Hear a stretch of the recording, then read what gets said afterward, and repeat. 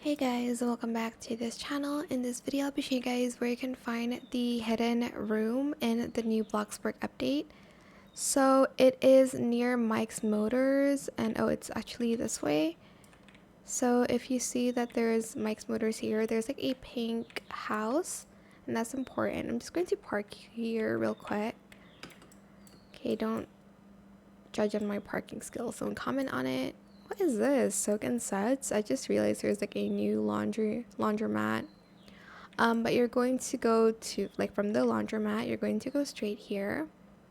And you're going to walk straight ahead, turn right, and past the, like, graffiti, there is a hidden room here where you can kind of start out if, I guess, you don't have a house. Like, you can sleep here. I mean, I don't think the quality will be that great.